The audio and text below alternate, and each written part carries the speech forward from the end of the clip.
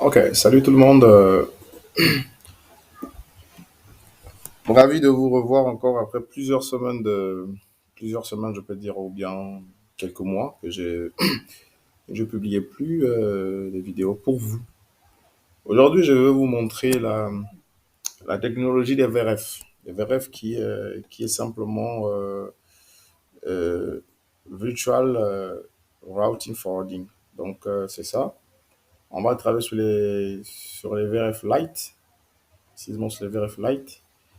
Voilà, sur Cisco bien sûr, parce que nous faisons actuellement la formation Cisco au niveau de eConnect. Donc, si vous voulez faire une formation en ligne avec eConnect, simplement écrivez-nous sur l'adresse mail support@training-cg.com que je peux bien vous laisser à la description de cette vidéo. Vous allez voir à la description de cette vidéo, sous la vidéo, en description, vous verrez le lien. Vous pouvez nous écrire à travers cette mail-là. Cet email pour demander, prendre contact avec nous pour une formation en ligne, c'est possible avec nous. Donc le VRF, c'est une technologie que vous verrez dans la partie CSNP, donc CSNP Enterprise. Donc là-bas, on va voir les VRF. C'est quoi déjà c'est quoi une VRF? Donc la VRF, c'est en termes de définir le cycle, c'est Virtual Routing Forwarding. Donc on a la VRF est normalement appliquée avec du MPLS, qui est multipoint laser switch. Et comme on peut voir ici, la configuration VRF Lite sur Cisco iOS dans cette leçon, vous, vous découvrez les VRF, donc Virtual Routing and Forwarding. Par défaut, un routeur utilise une seule table de routage globale. Voilà. Donc, le, le, le routeur, par défaut, a juste une seule table. Par défaut, qui est connue de tous, à une seule table de routage global qui contient tous les réseaux directement connectés et les préfixes qu'il a appris via des protocoles de routage statique ou dynamique. Donc, on peut avoir des réseaux directement connectés à l'équipement que tous on connaît. Si vous ne connaissez pas, je laisserai une vidéo, je laisserai un lien en bas de cette vidéo-là. Vous pouvez aller carrément rechercher au niveau de ma chaîne YouTube, chercher la formation CCNA. Ça veut dire que là où j'ai démontré comment on applique le routage dynamique et le routage statique. Donc, vous pouvez voir, parcourir un peu toutes mes vidéos, vous allez voir des vidéos sur le routage dynamique et le routage statique. Donc, les VRF sont comme des VLAN pour des routeurs. Au lieu d'utiliser une seule table de routage globale, nous pouvons utiliser, nous pouvons utiliser plusieurs tables de routage virtuelles. Chaque interface du routeur est affectée à un VRF. Différents, les VRF sont couramment utilisés pour le déploiement MPLS, donc qui est multipoint layer switching. Lorsque nous utilisons des VRF sans MPLS, nous l'appelons VRF Lite. Donc, c'est ce qu'on va faire maintenant là. Ce qu'on va faire, c'est du VRF Lite. On va faire du VRF Lite. Donc, premièrement, on va d'abord adresser. On va adresser ici, on va donner un réseau 192.168.12.0 slash. Ouais, je le donnais 30 ans. Je ne m'emmerde pas, je suis dans 30. Ici, je donnerais 192.168.21,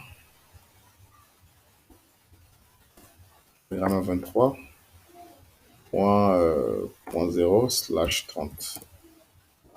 Voilà, là c'est bon. OK. Et là, on va avoir des adresses loopback. Donc, loopback, loopback, loopback 0.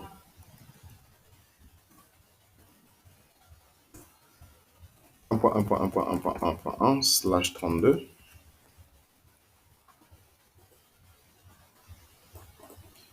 Et Là, on va avoir aussi LO, loopback.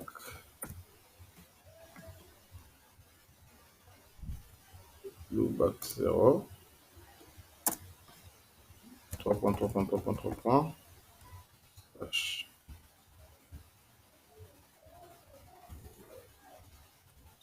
2. Voilà. Je vous montre, peut-être on aura une suite de cette vidéo, mais premièrement, cette vidéo, on vous montre comment on peut subdiviser, comment on va configurer des VRF, comment implémenter une VRF. Bon, voilà. Souvent, je dis une VRF, mais bon, quand je lis le texte, c'est un VRF. Bon, on va aller sur la base de un VRF.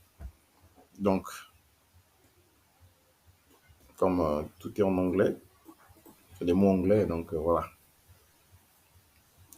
Donc, on va configurer d'abord les interfaces. Là, je vais donner, sortir carrément les interfaces. Voilà, là j'ai F0 et là j'ai F1. Voilà, comme ça. Ok, super. Donc, je configure maintenant les interfaces. Je commence par ce routeur-là. Je double-clique. Ok. Je fais conft entrée. Je vais l'appeler exemple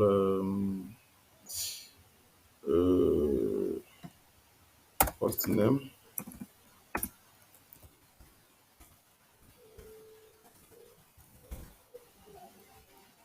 Name. Je vais l'appeler RT. RTR barre de 8 red. Entrée. Ok. Et je configure l'interface 00. Voilà. Donc, interface FA 0 barre 0, entrée. IP adresse 192.168.12. Lui va prendre 1. Pour le masque. Et je mets un OSH. Là, je vais configurer l'interface. Je configure l'interface loopback. Donc, je fais int loopback. Voilà, je suis déjà là. Je mets 0 entrée. IP adresse 1.1.1.1. 55.255.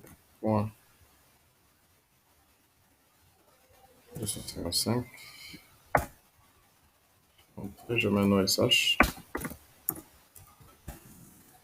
Ok, super. Donc, là, j'ai fini cette partie-là. Et si je fais un do show, IP route, vous allez voir que j'ai quoi? J'ai bel et bien ma table de routage qui est là, sous ce routeur-là. Okay. Donc, je passe au deuxième routeur. Ce routeur-là, c'est ce routeur-là. C'est ce routeur-là qui va être notre ISP. Ça veut dire que Internet Service Provider, ça veut dire que c'est lui qui va gérer la partie provider. Attendez, je vais d'abord l'arrêter pour un moment. Je l'arrête d'abord pour changer carrément son nom qui est là. Donc, je vais l'appeler ISP, Internet Service Provider. Je vais mettre comme ça. Internet. 8 Service Provider. Je ferme. Je valide. Aïe, il a refusé le nom. Je le sépare ISP. ISP.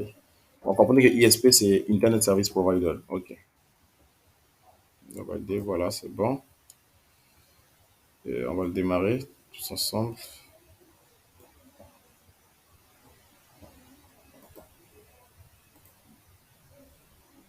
Déjà là, si je n'ai pas enregistré, je vais perdre la conf. Évidemment, là, j'ai perdu la conf de tout ce que j'ai fait ici. Ouais, parce que je l'ai arrêté. Donc, il n'a pas enregistré la conf. Ouais, tout ce que j'ai fait, je vais le reprendre. Voilà, donc il a perdu la conf. Tout ce que j'ai fait là, il a perdu parce que j'ai redémarré le routeur sans enregistrer. Donc, je vais faire ça vite fait. Vous avez déjà vu.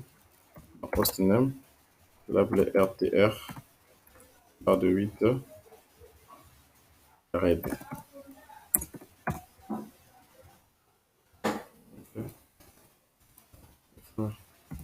0 barre 0, IP adresse 192.168.12.1.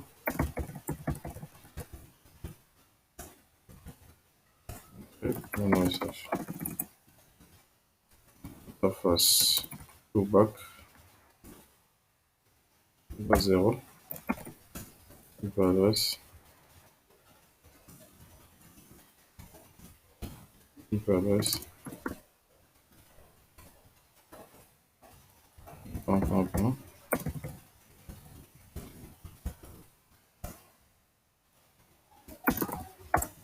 Message. Super. Donc, je fais exit.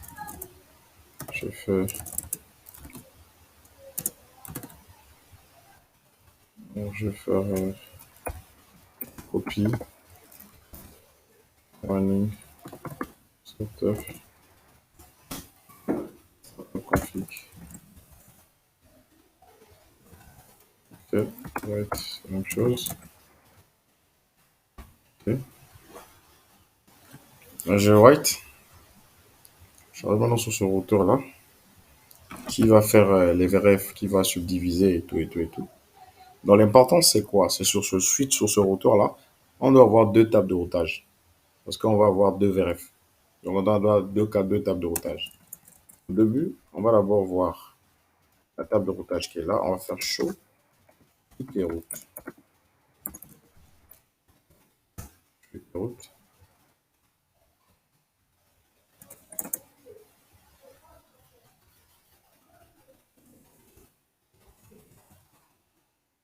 On voit que ah oui, il n'y a aucune route. Donc on va commencer par la compte des interfaces IP FA0 bar FA0 IP adresse 192.168.12.2. No message.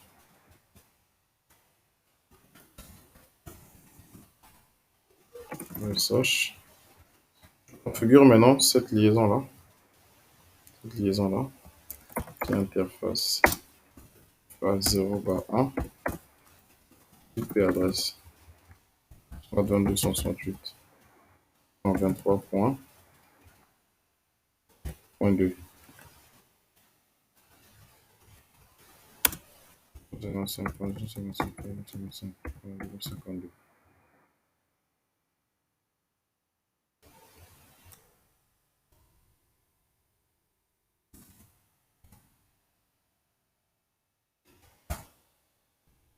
Message. Maintenant, regardez ce qui va se passer. Regardez ce qui va se passer. Vous allez bien voir que quand je vais faire show IP route, vous voyez bien que là, nous avons deux interfaces. Nous avons deux routes. Nous avons la première route. Et on appelle ça normalement des liaisons directes. C'est-à-dire qu'il est directement connecté. C'est-à-dire que c'est ça le réseau. Et là, on te montre le subnetting. Voilà, on a le réseau 23.0 et le réseau 12.0. Voilà, vous voyez que non, ça c'est la table de routage globale. OK? On va continuer notre lab. L'objectif, c'est de subdiviser ça. On n'est pas passé encore à la création des VRF. Donc, on va voir ça tout à l'heure. J'arrive ici.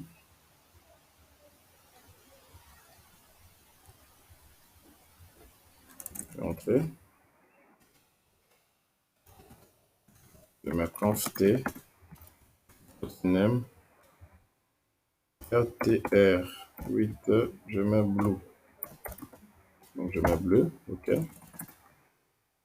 Je vais commencer la conf des interfaces FA 0 bar 0. Okay. IP adresse 192.168.23.1.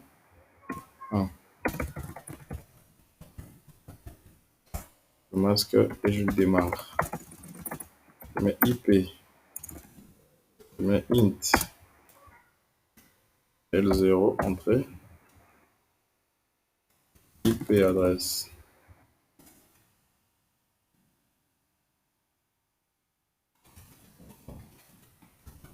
Interface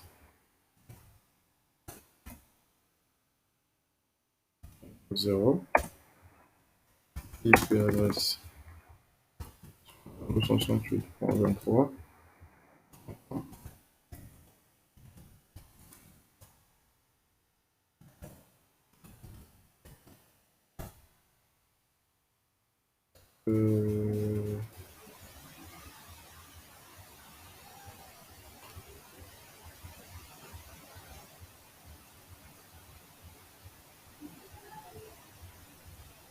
D'accord, je vais vérifier ça. Hyper chaud. Du chaud. Ah, sorry. IP adresse 3.3.3.3. Avec je donne l'adresse IP de lookback, je donne l'adresse IP de l'interface de la liaison, l'autre là. De la liaison ISP et routeur 3. R3.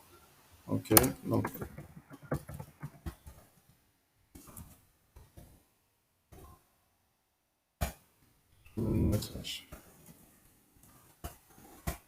Ok, super. Donc là, j'ai fini d'adresser tout ce qui est, voilà, tout ce qui est interface et tout ça. Je reviens maintenant sur le routeur, sur le routeur 3, donc le routeur ISP plutôt. Je dois maintenant créer ce qu'on appelle par des VRF. Conft. Pour créer un VRF, on va faire comment? On tape la commande IP VRF. Je donne le nom du VRF. Je vais mettre RAID. Je mets entrée. Créer notre deuxième VRF. IP VRF. Je fais ça Blue. Je mets en majuscule. Là, j'ai créé deux VRF. Maintenant, pour voir si tu as créé des VRF, comment faire? Tu vas taper la commande show VRF. VRF. IP. IP VRF bref. Voilà, là vous voyez que j'ai créé deux VRF, VRF Blue et VRF Red. Et là, il est assigné à aucune interface. Donc là, on passe maintenant à assigner les interfaces au VRF. Là, mon routeur, là, il s'appelle Red. Donc le routeur, là, moi, je l'ai nommé comme Red. Et je veux que l'interface qui est là aussi de ce VRF-là, il faut prendre le nom Red. Voilà pourquoi j'ai créé VRF Red. Donc le port 0 FA00 doit appartenir dans le VRF Red. Et le port FA01 doit partir dans le VRF Blue. Donc, ce qu'on va faire, c'est aller affecter. C'est comme on fait dans les VLAN. On prend un port, on le met dans un VLAN. Ici, maintenant, on prend un port, on le met carrément dans un VRF. Donc, c'est pareil, si on peut prendre une interface virtuelle, on le met carrément dans VRF. Ok, donc je commence par interface FA0/0. Entrée. Je mets IP VRF forwarding RAID. Donc, RAID là que j'envoie, RAID que je fais, je tape RAID là, c'est notre VRF qui s'appelle RAID. Donc, je dis IP VRF forwarding RAID. La commande veut dire quoi? Que j'envoie l'interface FA0 au niveau du VRF RAID. Je valide entrée. Voilà. Et je dois mettre l'adresse IP pour l'enlever au niveau de l'adresse physique, de l'interface physique. Parce qu'actuellement, l'adresse IP, la 12.2 là, c'est carrément cette adresse IP qui est carrément sur l'interface physique. Mais ça veut dire que l'interface physique n'appartient plus, il n'est plus seul. Il est maintenant dans une famille, donc du coup, il est dans un VRF. Donc du coup, on doit répéter l'adresse IP qu'on avait mis avant, 192.168.12.2. Cliquons pour le masque, je mets entrée. Voilà. J'ai mis l'interface 00 dans son VRF RAID. Je mets exit. Je vais faire interface.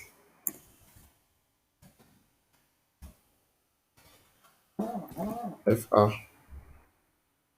0 bar 1, entrée. IP VRF forwarding blue. Il faut bien écrire, hein. Si tu as écrit ton VRF avec en majuscule, il faut l'écrire aussi là en majuscule. C'est pas que tu as créé ton VRF en majuscule et quand tu l'implémentes en minuscule, ça va jamais passer. Voilà. Là, je reviens aussi avec l'adresse IP adresse 192.168, 123, 32.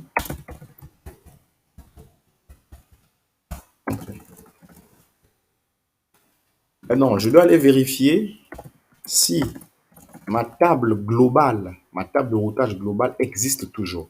Je fais show IP route. Et voilà, j'ai plus rien. J'ai plus rien. J'ai plus de route. J'ai plus de route. Là maintenant, les interfaces ou bien les réseaux se sont spécifiés maintenant dans chaque VRF. Donc pour vérifier ça, il faut faire show IP route. Show IP route. Tu mets VRF. Tu précises maintenant ton VRF. Moi, je précise le VRF, c'est RAID. RAID. C'est comme ça. Et voilà, le réseau est bel et bien là. RAID. Donc la 12, RAID, ça veut dire que je suis ici, qui va vers le réseau qui est là. Voilà. Je mets RAID. Juste ma conf. Je vais vérifier l'autre show IP route, VRF, blue. Et voilà ça ici. Carrément. Voilà donc le deuxième réseau qui est dans un VRF. Mais là, les VRF ne peuvent pas se communiquer. Ne peuvent pas se communiquer là. Pour que les VRF puissent se communiquer, on doit appliquer le protocole qu'on appelle MPBGP. Donc, si tu veux si tu veux toujours continuer à grandir sur ma chaîne, abonne-toi, like la vidéo, partage la vidéo aux amis, partage à tout le monde, partage, je suis disponible à vous former.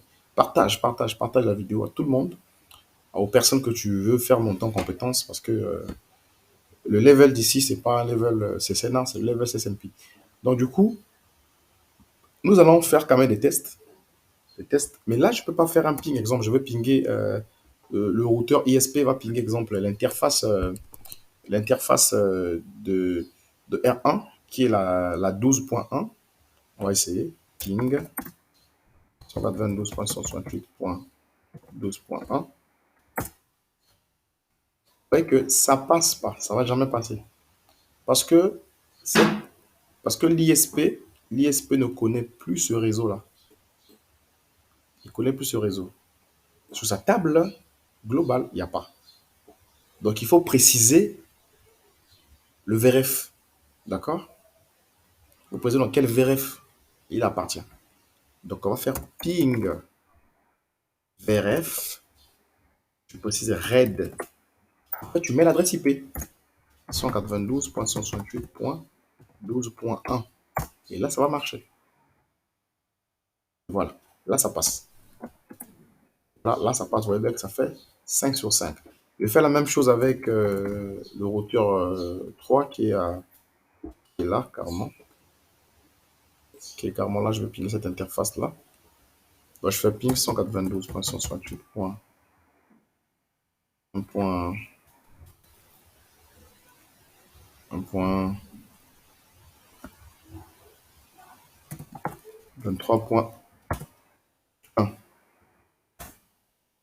Là où ça marche pas. Là, ça peut pas marcher parce que il faut toujours il faut toujours tu précises toujours ton VRF. Donc là, si je fais ping, je mets VRF, je mets blue,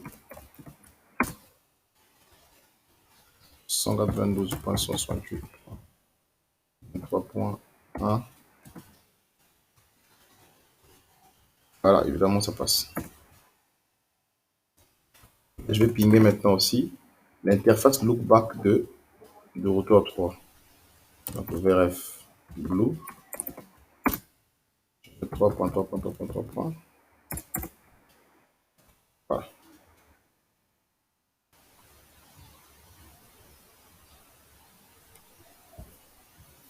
Là, je ne peux pas atteindre ça parce que il doit avoir un routage qui doit quitter ici vers là et de là aussi vers là. Ça veut dire quoi? Si on a besoin d'implémenter le routage avec un PBGP, d'accord? Multipoint Border Gateway Protocol. Donc, on va appliquer un PBGP. Là, on va voir les address family, address family et tout. On va voir des familles des adresses IP et on va faire la redistribution statique et la redistribution connect. Donc, ça, c'est la prochaine vidéo qu'on va voir ça. On verra ça à la prochaine vidéo. Donc, abonnez-vous seulement, abonnez-vous et vous allez rater aucune de nos vidéos. C'était Quentin Mavungu.